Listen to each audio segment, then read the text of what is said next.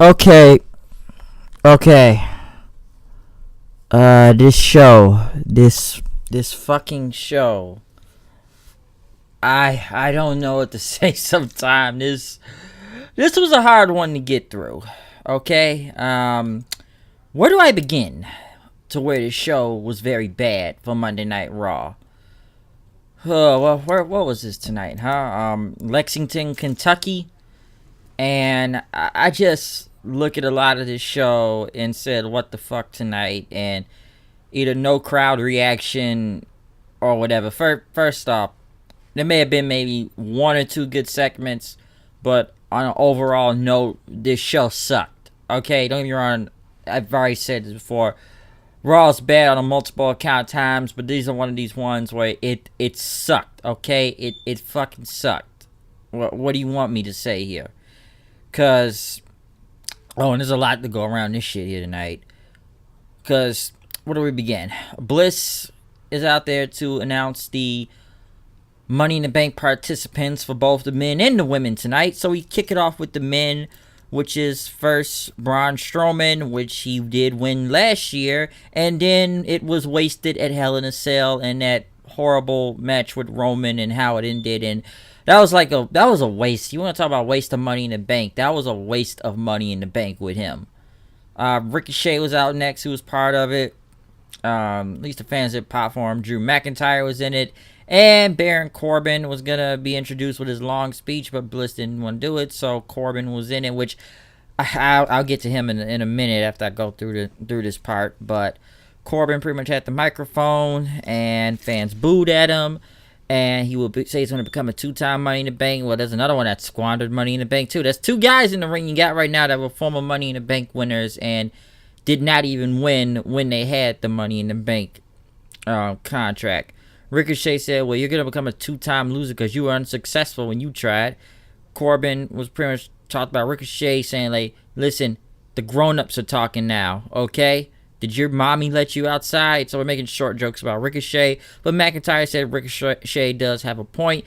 You stole my win last week in that triple threat match. And then you end up going on later in the night against AJ and still losing, even though Corbin tried to say, nah, he had 2 hours to prepare. I only had 60 minutes. Ricochet pretty much said that, McIntyre and Corbin can talk all you want, or each other's failures and everything, but McIntyre said, well, shut up then. You don't talk, all right? McIntyre pretty much told Ricochet, said leave the business talk to the grown-ups, or else he's going to drop him where he stands. McIntyre pretty much started talking about Corbin stealing his spot from last week, and pretty much went face to face with him. Corbin was about to talk until Strowman told everybody to shut up, which none of you are going to win because I'm gonna be Mr. Monster in the Bank. And then next thing you know, the inevitable tag team match, faces versus heels, which I don't know why no one qualifies for Money in the Bank anymore at this point. We're just throwing anyone in. Number one, I don't even understand why Braun Strowman was in this. Personally, I thought it was going to be the people, like everybody I said that lost last week in those triple threat matches, I assumed all of them were going to be in it. Which, pretty much 2 out of the 4 in there. And it's kind of funny, 3 of these guys lost their matches last week. Strowman wasn't even on TV, so I don't even know why he's in it. I feel like they just added him for whatever reason it is. As long as he doesn't win and waste it like last time, I don't really care. But it's kind of like Strowman is just damaged goods at this point. I'll get on him a little bit later on because somebody just brought up a good point to me about him now. Corbin, I just don't know what they see in this guy at this point. I don't understand anymore. Hey, main event's Raw. He's causing the ratings to go down. But hey, let's have him kick off the beginning of the show, and let's see how better that makes it. You let him main event the show 1 week. Now we got him kicking off the show this week, huh? What else you got for this guy? Tell me, cause they must think he is the guy or the greatest heat magnet ever in this company right now. I don't understand it. McIntyre, I expected to be in there. I needed to. Ricochet, I'm sure he's going to do a bunch of high flying stuff. As McIntyre said, you can do your flippity high spots and everything, which I'm sure will be one of the highlights of Money in the Bank when that happens. So, You ready for that? I'm a little tired due to the show. The show damn near made me tired tonight. I was barely paying half attention at some parts. But tag team match. I guess the Corbin Coalition couldn't really work together, which Corbin had tagged himself in after Drew was getting ready to go for his finisher. But, you know, Corbin pretty much ended up getting power slammed by Strowman. Ricochet hit the shooting star press for the win. That was going to be the 630, but shooting star and, you know, pretty much won it from right there. So there you go. Strowman and Ricochet win tag team match, whatever. So there you go. Even though it was like Ricochet getting beat up a lot and still kind of at least getting ended because, you know, Strowman had to be the powerhouse out there. The Usos, who now want to rap to their own theme song, by the way, or start singing their own theme song now, coming to the ring for some reason. I don't know why they doing that. I thought they was gonna maybe spit some new lyrics, but I can see this is not a freestyle rap thing, so they came out singing their own song, trying to hype the crowd up.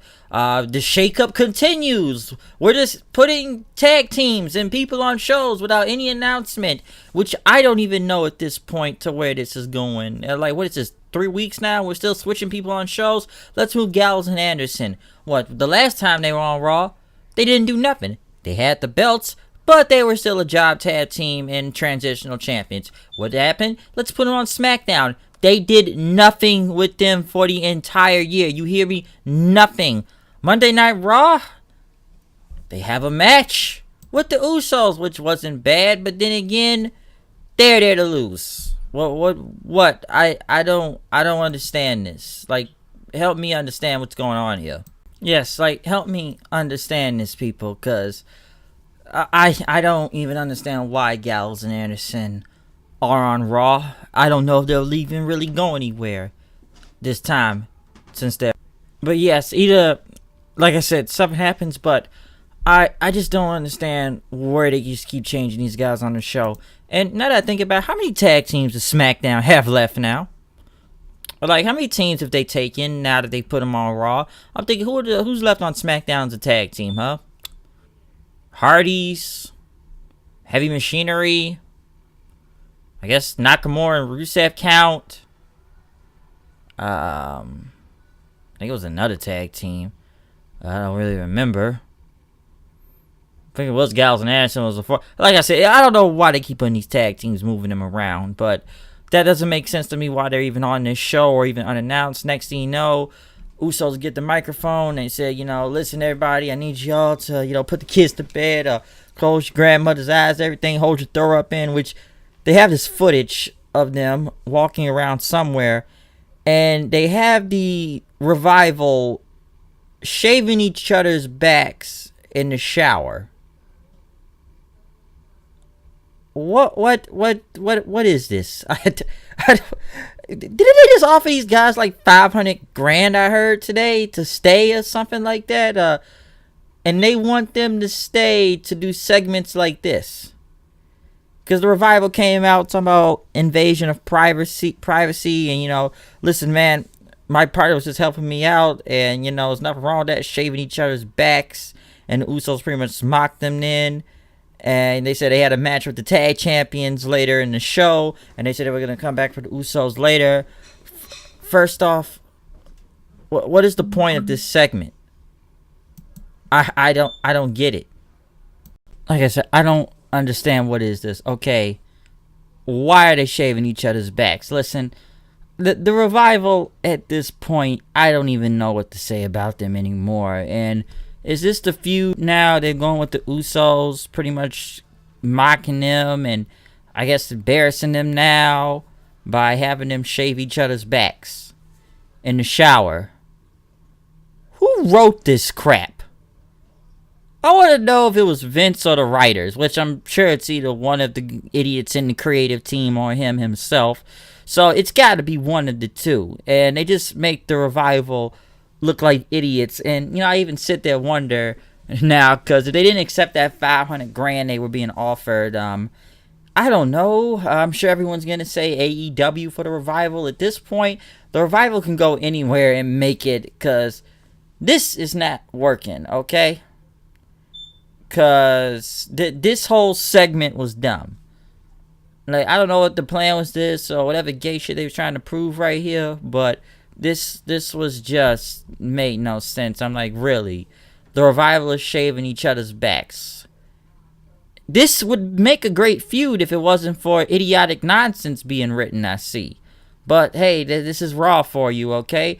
I'm sure these two teams would have a killer match out there. But no, let's have them make one team make fun of the other team for shaving each other's backs and making them look like goofballs out there. So what is the point of this? Miz came out going for a Miz TV segment with Bobby Lashley. No Lio Rush, by the way, so we didn't even see him come out with him and everything. And Miz pretty much introduced Lashley. And by the way, no one didn't even mention Lio Rush was not there. Let's point that out too. They didn't even mention that. They just kind of just focused on Lashley.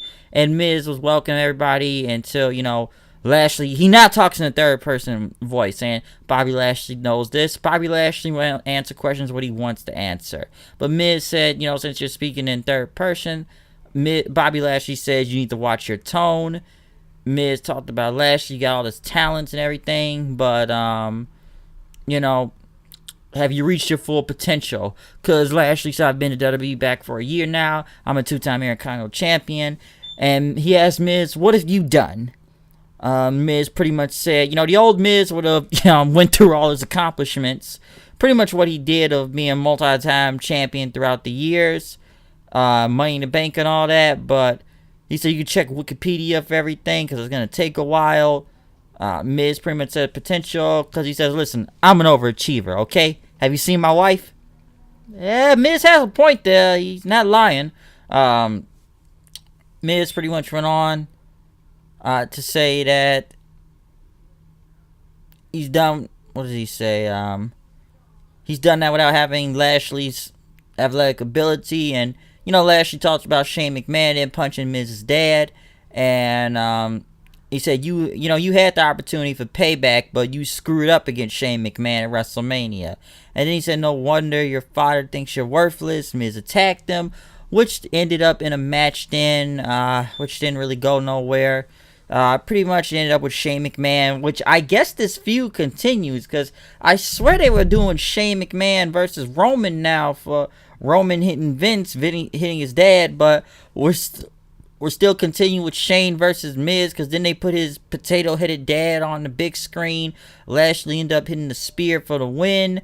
Shane pretty much got in and talked about Miz. Miz tried to attack him, but Lashley pretty much picked up Miz and threw him to the ground, pretty much helping Shane McMahon. And then Shane put him in this, he's doing all his little 1,000 punches and only connects about 5 of them, which just look weak and funny at the same time. There's this side, it just looks weird to me at the time, but it's been like that for years with him. And he puts him in this submission hole where I swear he almost I think he slipped on his arm, and then he says, yeah, I'm the best and everything. And he made Miz pass out by looking at the screen then, because it was his potato-headed dad. And Shane pretty much had the mic and said that he just wanted to remind Miz why he is the best in the world. So why is this feud continuing? I don't know. I expected this to happen because Miz did not win in WrestleMania. But then when I thought, okay, they put him on Raw, maybe they stopped this and they just moved on to something else on SmackDown. But I guess Shane is now in 2 feuds now. One is with Roman Reigns on SmackDown, and now on Raw is with The Miz. So Shane McMahon, folks, that guy's just getting more work out here nowadays. I'm telling you, soon enough, this guy may be the WWE champion for all we know, or Universal champion, or whatever they want to make Shane the best in the world. He's in 2 feuds right now, one against Roman, one against Miz. So there you go. Do I really need to see this feud anymore? No, I don't want to see it at this point. Lashley, I don't know why they got rid of Lio Rush from him, because I don't think him talking in third person is going to help. And I usually like Lashley on the microphone, but given what WWE has done to him or whatever they're giving him, it looks like garbage half the time now. Did anybody really care about this match between him and Miz? Nope. And I don't even care if they really cared if Shane stopped it or not. So there you go. The Viking Raiders, someone almost told me it was the Viking Warriors this week, but Raiders, War Machine, whatever name they're going by this week, went against the Lucha House Party, who attacked them from behind. I guess we went by Lucha rules because it was 3-on-2, but it ended up with the War Raiders destroying the Lucha house party out there with the Viking Experience, their finisher, and then I think hitting Lindsay Dorado. I think they call it Thor's Hammer, and that Hanson jumping off the rope into onto Rowe as he held onto Lindsay Dorado. So there you go. Which I just at least the name didn't change again with these two, but with these two and everything, but. I don't know, man. At least like I said, at least the name isn't being changed. But I don't know, squash match, whatever. At least the crowd looked like they cared more than they did last week. Because I swear, War Machine didn't get any type of reaction, but they got somewhat of a reaction this week. Alexa Bliss. So once again, we see Alexa Bliss for the second time of the night for her talk show segment, which she announced the Raw Women in Money in the Bank, which they literally got no reaction coming out, which was Natalya. Who was out there first, talking about it's our opportunity to become champion. Dana Brooke, why? Talked about it's a great opportunity, and that I get to be in the front of the line now. Natalya said, you question me of holding you back. Naomi is out next, saying she's a two-time SmackDown Women's Champion, and now she wants the Raw one. As Natalya and Dana Brooke pretty much argued, the crowd did not seem to care. Bliss pretty much went to say, you guys are worse than the men. And then next thing you know, she's just teasing the fans and teasing up someone that deserves it. The colleague, someone that's been wanting to change her life, which she, of course, we all knew she announced herself in Money in the Bank. I see no Sasha Banks involved in this, which was heavily rumored, I heard, but I guess people still true. She's still sitting home on her contract, and that end. Why would they put Ruby Riott in here? That would have been a way better competitor than Dana Brooke. Why is she even in this thing? I don't know. Is she getting a push? I'm assuming so, but either the crowd was quiet for this segment or did not care. Because, as Bliss said, she was in Money in the Bank. Naomi pretty much said, listen, you call your champion 5-time champion this and Money in the Bank winner that. How about you preview that right now tonight? Bliss didn't want to do it because she didn't have the right gear on and didn't even have the right shoes on either, okay? But Naomi says, pretty much says, come on, man, you want to do it? Let's do it. Which they then went to the Firefly Funhouse, the actual good part in between the segment. Because, listen, this Alexa Bliss segment was bad. No one cared about half these women out here. They gave no craps about Dana Brooke or Natalya really arguing or just giving a crap about Dana Brooke in general of any of these women being in the Money in the Bank. Because I'm like, this is what we got, right? I like Naomi and everything, but still. Bliss, I don't even know. It's just annoying with her at this point. But these people push her to the bloody moon. Natalya, I don't know if she even over the crowd. Dana Brooke, who cares? I guess she's getting something, but I'm like, why couldn't Ruby Riott be in this? Sasha Banks, we don't even know, or Sarah Logan, or any other type of woman. But no, let's do the same thing with this. So there you go. But then we went to the Firefly Funhouse, which was actually the better part in between this, which he had a hat on, painting. Talking about painting expresses himself as he had this rabbit puppet come out with him, which sounded pretty funny. And I said, what you painting now, huh? Which he had a photo, which I guess it was Sister Abigail burning in a shed, if you want to remember back from SmackDown. That's what Randy Orton did when they had that feud going on with Wyatt of him burning that shed down. And I guess that was the same thing, but even him holding that painting up of a burning Sister Abigail reminded of Raw getting burnt out tonight because the house was burning all the way to the ground. But he told the rabbit to run in as Abby the puppet wasn't happy, having this dark demonic voice. And Wyatt, pretty much says his painting expressed himself. You can really express yourself from doing that. And he says, all y'all forgive me, right? And pretty much walked Abby away then, because, that's in the past, all right? Which Bray Wyatt, like I said last week, I think he's having like this split personality thing going on, okay? Which he's trying to determine between what good and evil is of what he does. Should I do this or should I do that or anything? Because then we had the word of the day, sociopath. SOCIOPATH. Sociopath. That's the word of the day, and I'm sure it was a really good thing for the word for the day, because watching this entire episode of Raw would make you into a sociopath, now that I think about it. And trust me, I've seen sociopaths before, so that's the word of the day, folks. Sociopath. Wyatt pretty much said, he'll like the way, you'll have to listen to him. So like I said, the Wyatt segment was really good, again, with this Firefly Funhouse.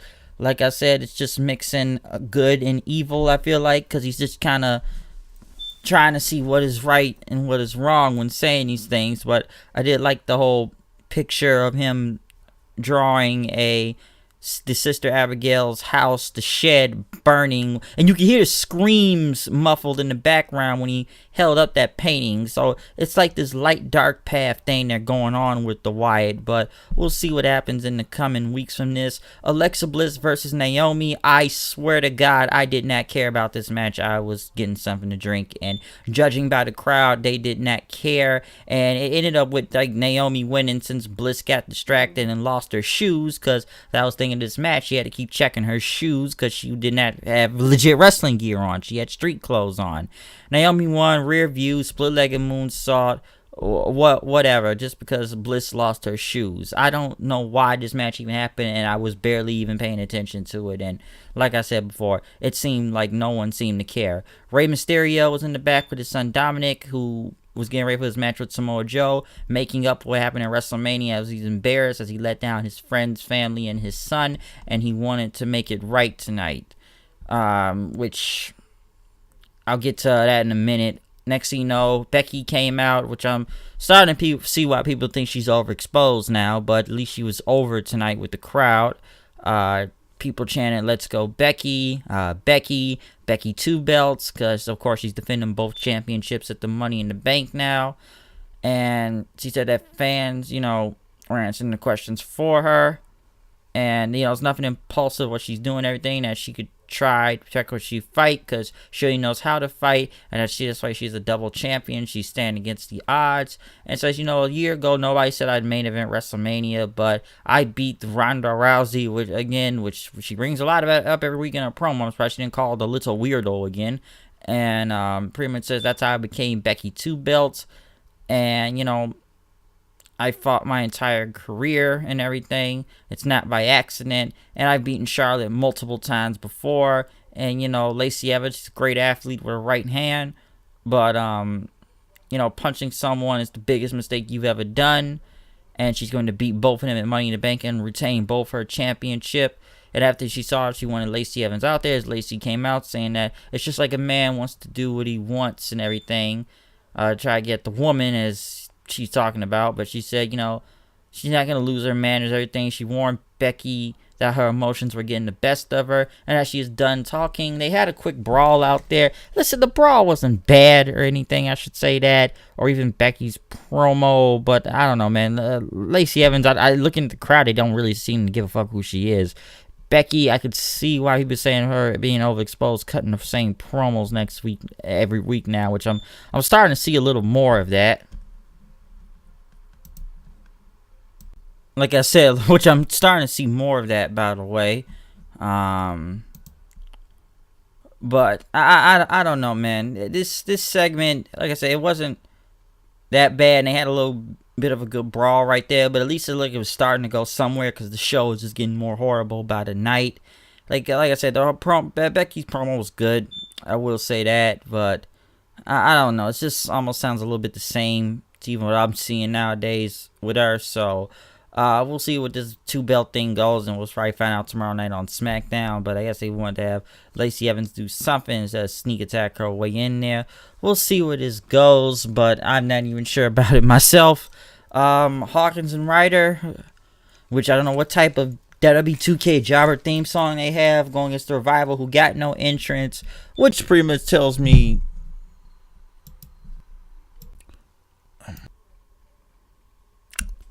that they were going to lose out there. So the Revival end up losing to Hawkins and Ryder by a reverse roll-up pin by, I think it was Ryder, by the way, and end up winning the match. So yeah, Hawkins and Ryder beat the Revival, make them look even more like idiots after shaving their back, saying they were going to come for the Usos after they win their match tonight. But hey, they end up losing. So what's that song called?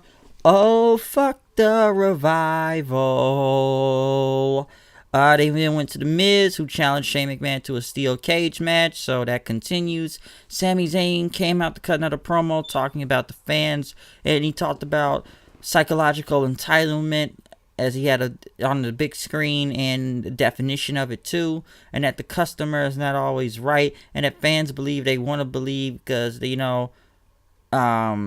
they have a right what they want, but they should take what it's given to them, and that they all have these tantrums all the time. And he talked about a 5-year-old and his dad for him in an airport wanting an autograph, as Zayn pretty much said no, but he said it didn't make him feel good that the child cried, so it made him sick that the kid already believes at 5 years old he's owed something. Okay, like all these fans they owed something and everything because it's entitlement they have.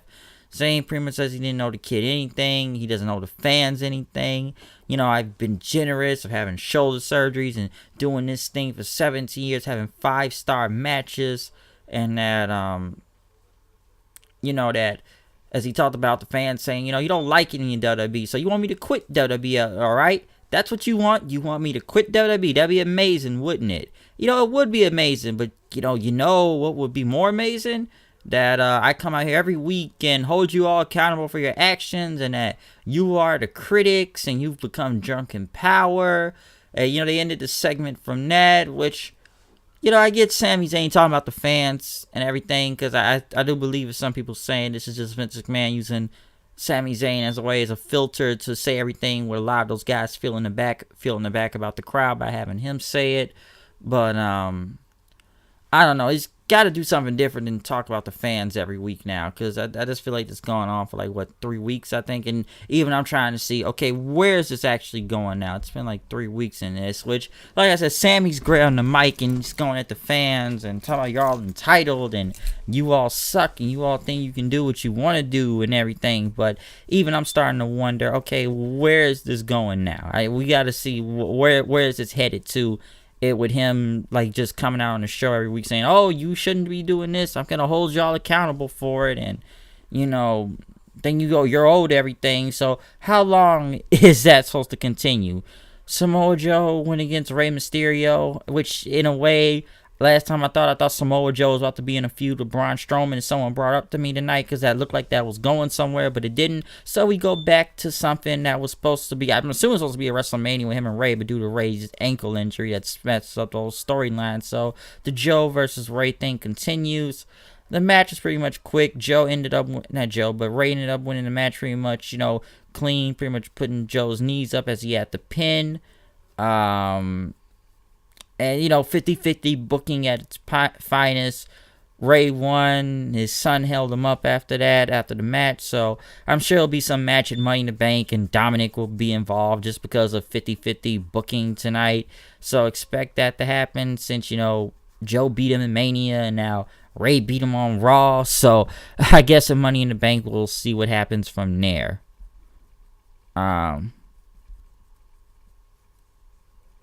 So I don't know. Like I said, this match itself was okay for what it was, but it's still 50-50 booking, and Joe is still not want to match on Raw now ever since he came back and he's the U.S. champion. So hey, still make your U.S. champion look bad, okay? You still make him look bad, but I'm sure we'll see a rematch from this. To end this off, contract signing between AJ Styles and Seth Rollins for the Universal Championship and Money in the Bank. So this is it's going to be a big match. As people talking about, as AJ Styles came out first.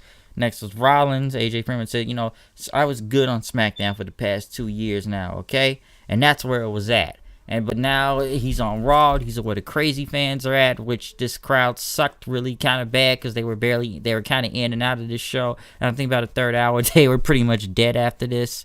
But AJ pretty much says, I always liked Rollins. He thinks he's a good guy, but you got something I want. I want that Universal title.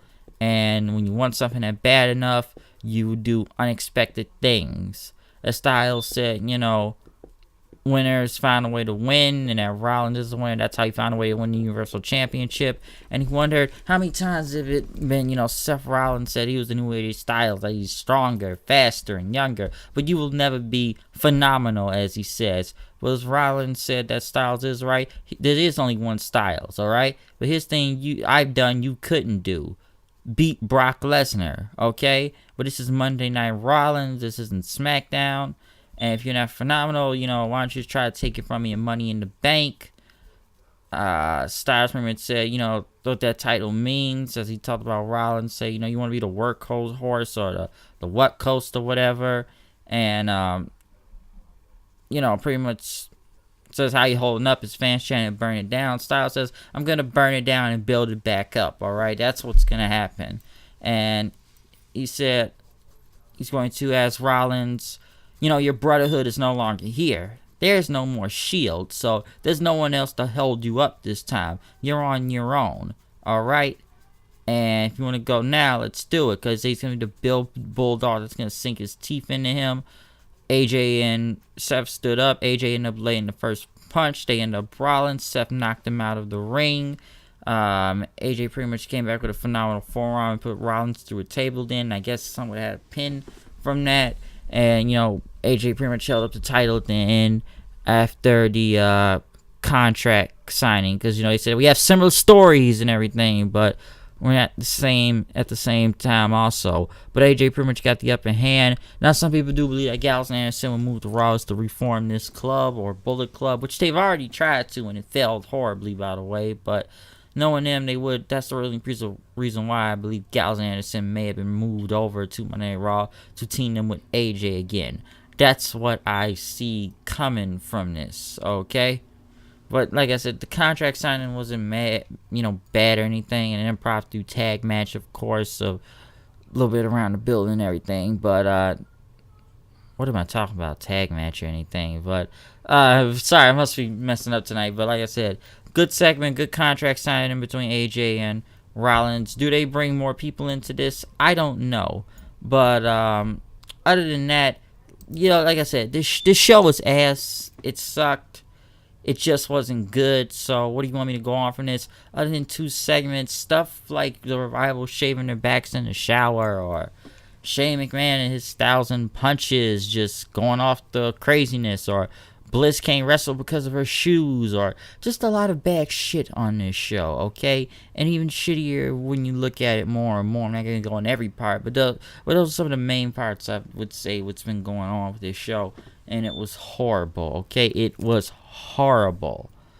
So I don't know where we go on from that. I guess we'll see what happens tomorrow and everything. But yeah, this show just sucked. It was just really bad, okay? So what do you count from this?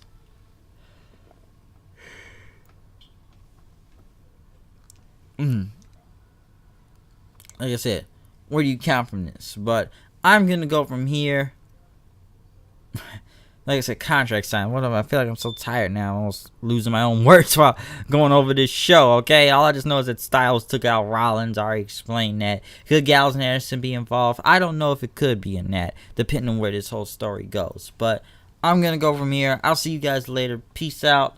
And, hey, comment, subscribe, check out anytime, right? And you know what? This show is so bad, by the way. Make sure you check out my Rebellion review from Impact Wrestling last night. In fact, go watch that show. That was way better than Monday Night Raw. Go watch Impact Wrestling's Rebellion and check out my review to it. You will have a blast watching that show. It was fun. Even whatever New Japan had going on today, go check that out too, because I'm sure anything is better than Monday Night Raw right now, okay? It's better than Monday Night Raw itself, and I can tell you that because this show was one of those god-awful shows, alright? But I'm going to end this from here and get on from this. We'll see what goes. Check out my review, anything, comment, subscribe, anything else to do with the show. So, there you go from that. I'm out of here. I'll see you guys later. Peace.